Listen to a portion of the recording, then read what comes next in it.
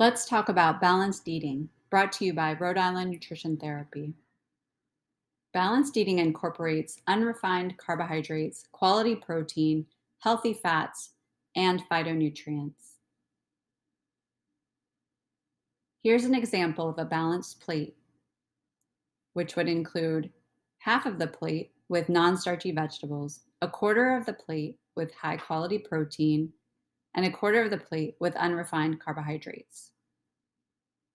Always enjoy healthy fats and include lots of colorful phytonutrients.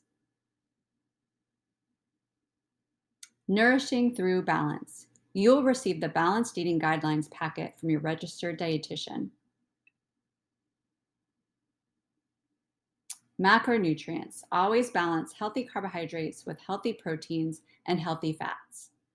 These macronutrients work together to sustain your energy and control blood glucose levels. Balancing macronutrients makes you feel satisfied and content. Balancing macronutrients prevents you from overeating later in the day.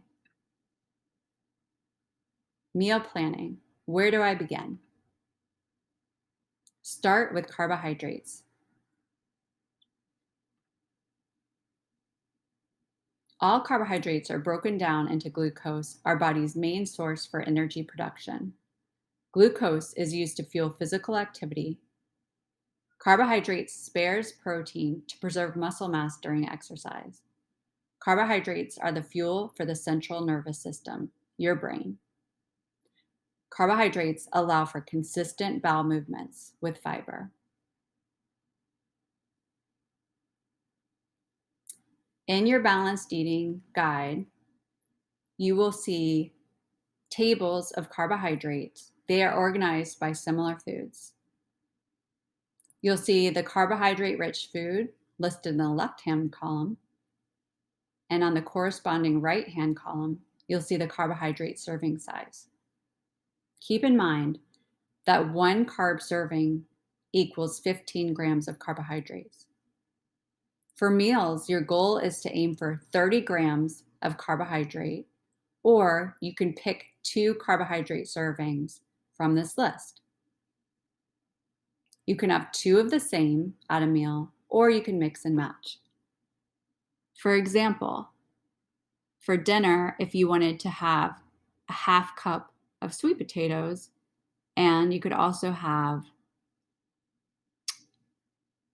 a half cup of corn, or you could have a whole cup of sweet potatoes.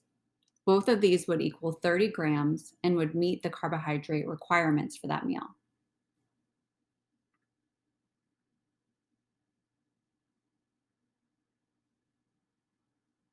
Your dietitian may customize these guidelines based on your age, gender, activity level, and health goals. Next, make sure you have high-quality protein. Proteins are complex molecules and do most of the work in cells. They are important to the structure, function, and regulation of the body. In your balanced eating guide, you will find listed plenty of protein-powered foods.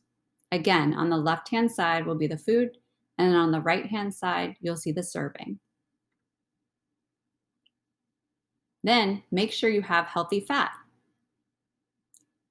Fat helps give your body energy, protects your organs, supports cell growth, keeps cholesterol and blood pressure under control, and helps your body absorb vital nutrients. In your balanced eating guide, you'll see a list of healthy fats with the fat listed on the left and the serving size listed on the right. Non-starchy vegetables. Make sure to fill half your plate with non-starchy vegetables. If that feels like too much right now, just aim for 1 serving. You'll also see a list of non-starchy vegetables in your balanced eating guide. Notice the food is listed, but there's no serving size.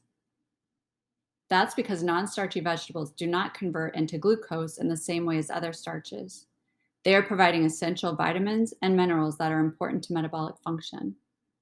They provide fiber, which fills you up and makes you feel full. Some fiber will break down in the gastrointestinal tract and become food for good bacteria. Do not count the non-starchy vegetables towards your carbohydrates. Don't count them towards the 30 grams per meal or 15. There's no need to limit these. Eat as many as you'd like. Phytonutrients. Make sure you have lots of color on your plate. Phytonutrients have potent disease-fighting properties. Healthy snacking. Not everyone needs to snack, but snacking can be healthy if you consume balanced, nutrient-rich snacks as a part of a healthy diet and lifestyle. In your balanced eating guide, we have included a healthy snack list. You'll see everything that we've put here will be balanced with healthy carbohydrates, healthy proteins, and healthy fats.